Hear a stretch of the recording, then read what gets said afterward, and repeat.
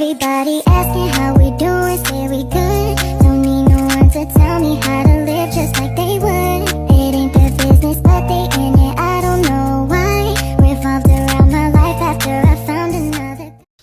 Assalamualaikum warahmatullahi wabarakatuh. Alhamdulillahirrabbilalamin. Wabihi nasta'in wala umur jani wadin.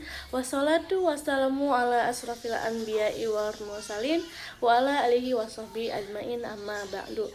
Kepada yang terhormat, kepada dosen pengampu mata kuliah pengantar bisnis internasional yaitu Ibu Adisya Maya Andara SPD MM. Dan perkenalkan, nama saya Putri Asokawati dengan NIM 210919 kelas RA2 Manajemen. Tujuan saya membuat video presentasi ini untuk memenuhi UAS mata kuliah pengantar bisnis internasional.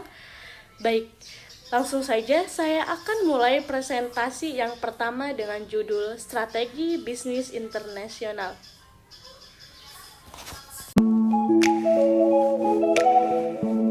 Baik, yang pertama saya akan membacakan pengertian tentang bisnis internasional. Bisnis internasional adalah bisnis yang segala kegiatannya dilakukan dengan melewati batas-batas negara.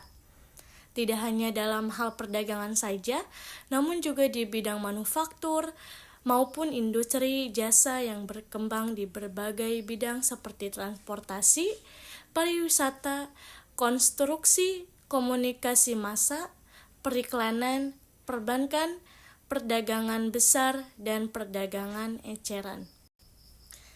Selanjutnya, apa sih strategi-strategi bisnis internasional itu? Yang pertama, ada strategi kepemimpinan biaya internasional. Yang kedua, strategi diferensiasi internasional. Yang ketiga, strategi fokus internasional. Yang keempat, strategi kepemimpinan biaya atau diferensiasi integratif internasional. The next ada strategi tingkat perusahaan internasional. Yang pertama ada strategi multidomestik, yang kedua ada strategi global, dan yang terakhir ada strategi transnasional. Selanjutnya ada formulasi strategi bisnis internasional. Nah, di sini ada perumusan visi dan misi. Suatu perusahaan yang go internasional tentunya harus mampu mengatur perencanaan strategisnya secara cermat demi menghadapi tantangan-tantangan global yang ada di depan mata. Sasaran dari strategi internasional adalah untuk mencapai dan mempertahankan posisi kompetitif yang unik dan bernilai baik di dalam suatu negara maupun secara global. Posisi yang disebut sebagai keunggulan kompetitif atau competitive advantage, BOL 2007 halaman 169. Dan di sini juga ada strategi pemasaran bisnis internasional. Yang pertama ada penelitian pasar global, yang kedua ada segmentasi pasar dan penentuan pasar target, yang ketiga ada adaptasi produk dan layanan, yang keempat ada strategi komunikasi dan pemasaran yang disesuaikan dengan lokal, yang terakhir ada penggunaan teknologi dan media digital. Nah, di sini juga selanjutnya ada studi kasus strategi bisnis internasional yaitu tentang Shopee. Shopee adalah perusahaan yang berasal dari Singapura dan didirikan pada tahun 2015. Sampai saat ini Shopee adalah mengunjungi berbagai negara seperti Indonesia, Malaysia, Taiwan, Thailand, Vietnam, Filipina, dan Brazil. Shopee ini merupakan salah satu marketplace dengan jenis bisnis e-commerce. Shopee menerapkan sistem bisnis sebagai pihak ketiga yang memfasilitasi antara penjual dan pembeli demi kelancaran serta keamanan transaksi.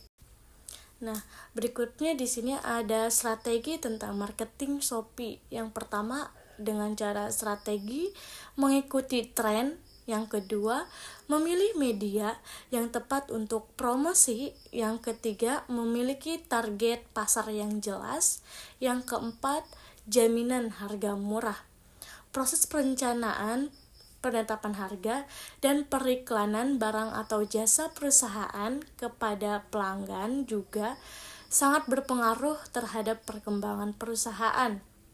Menurut Similar Web, pada tahun 2023, kuartal 2, Shopee menjadi e-commerce dengan pengunjung terbanyak di Indonesia.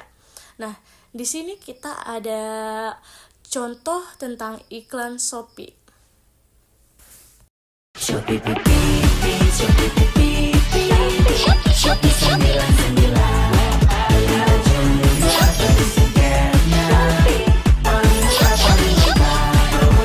Shopee 99 Super Shopping Day. Setelah menonton video iklan tadi, di sini saya akan membacakan kesimpulan, yaitu bisnis internasional adalah bisnis yang segala kegiatannya yang dilakukan dengan melewati batas-batas negara. Tidak hanya dalam hal perdagang saja, namun juga di bidang manufaktur maupun industri yang jasa yang berkembang di berbagai bidang seperti transportasi, pariwisata, konstruksi, komunikasi massa, periklanan, perbankan, perdagangan besar, dan perdagangan eceran. Strategi bisnis internasional juga mengacu pada rencana yang mengarahkan transaksi komersial yang terjadi antar entitas di berbagai negara. Strategi bisnis internasional juga mengacu pada rencana dan tindakan perusahaan atau publik atau swasta dan bukan pemerintahan. Dengan demikian, tujuan dari strategi melibatkan peningkatan keuntungan. Itulah pemaparan materi tentang strategi bisnis internasional. Dan yang kedua, saya akan membacakan materi tentang manajemen operasional dalam bisnis. Nah, di sini saya akan membacakan tentang pengertian manajemen operasional.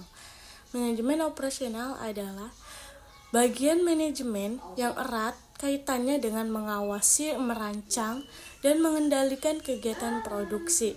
Selain itu, manajemen ini bertugas mengendalikan kegiatan produksi dan proses perbaikan strategi kegiatan bisnis dalam hal produksi barang dan jasa.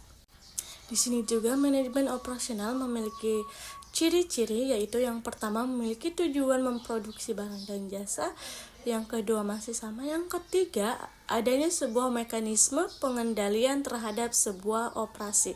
Selanjutnya, saya akan membacakan pentingnya manajemen operasional bagi perusahaan, yaitu yang pertama ada membantu perusahaan mencapai tujuan. Manajemen operasional membantu perusahaan dalam mencapai tujuan perusahaan.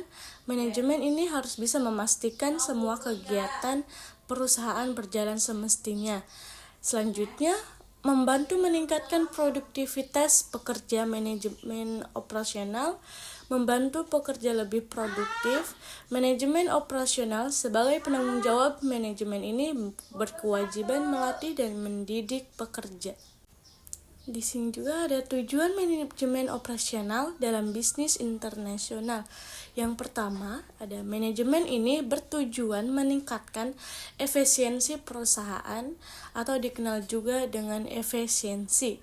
Yang kedua, ada mempunyai tujuan meningkatkan produktivitas perusahaan atau dikenal juga dengan productivity. Yang ketiga, bertujuan meminimalisir biaya pengeluaran perusahaan untuk berbagai kegiatan, dikenal juga sebagai istilah ekonomi.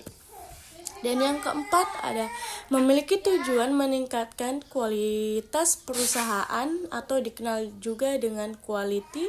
Yang terakhir ada mempunyai tujuan mengontrol waktu proses produksi seminimal mungkin, dikenal juga dengan reduce processing time.